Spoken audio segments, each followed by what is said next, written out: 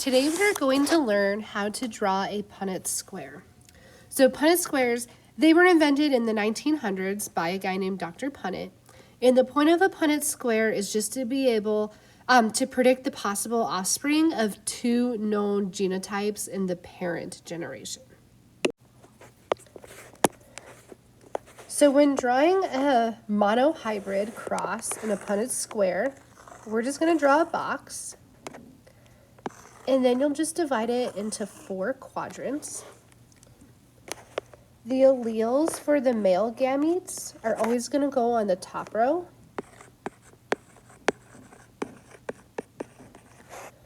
And then the alleles for the female gametes go on the side.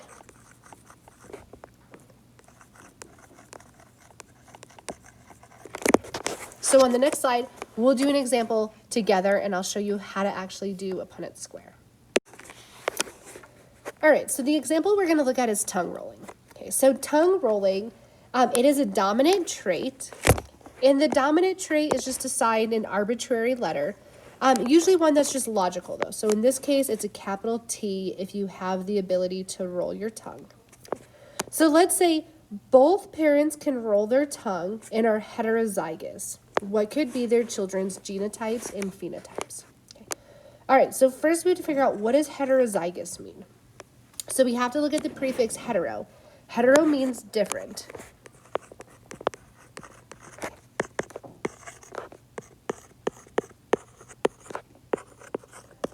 So that means that each parent is going to have different alleles. So they're going to have the dominant allele to roll their tongue, and then they're also going to have the recessive allele, which means that they can't roll their tongue.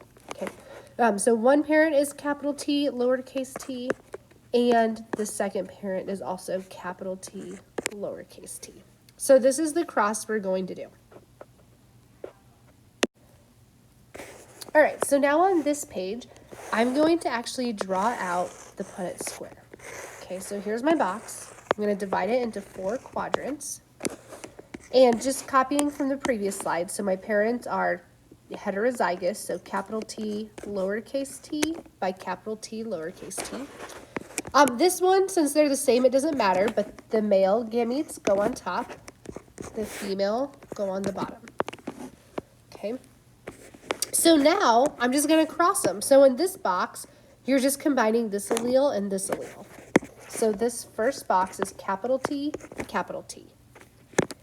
This box is going to a combination of capital T and lowercase t.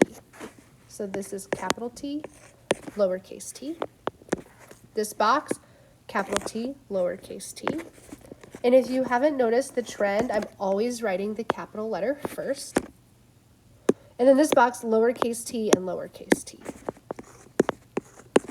Okay, so the Punnett square is a way for me to be able to predict what are the possible outcomes of the offspring of these two parents. So if you back up, the previous question also asks about the genotypes and the phenotypes. So now, the genotypes, remember, these are the actual genes or the allele combinations that their offspring are going to have.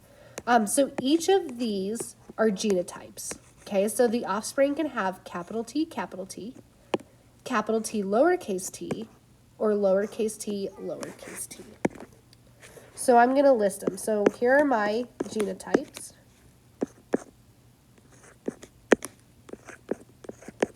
And it's also common to write either the ratio or the percentage of each of these. So if you look, it's only 1 out of 4 is capital T, capital T. 2 out of 4 are capital T, lowercase t, and 1 out of 4 is lowercase t, lowercase t. So you could either write the ratios or their percentages here. Okay. So what this means is there's a 1/4 chance or 25% chance their offspring would have capital T, capital T. There's a 2 out of 4 or 50% chance their offspring would have capital T, lowercase t.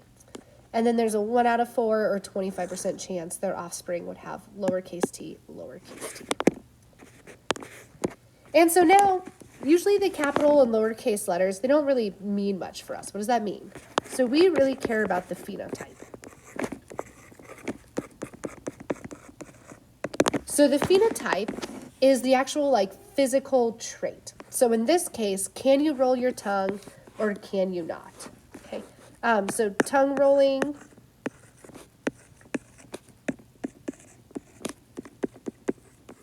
or no tongue rolling.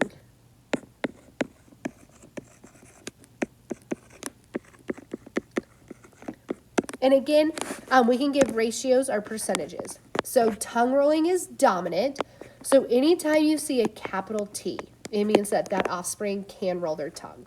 So there are 3 out of 4 boxes. Okay, so 3 out of 4. And then just 1 out of 4 boxes, 2 lowercase t's. So that means that that offspring couldn't roll their tongue. So that means if these 2 parents were to reproduce, there's a 75% chance that their offspring could roll their tongue and a 25% chance that their offspring could not roll their tongue.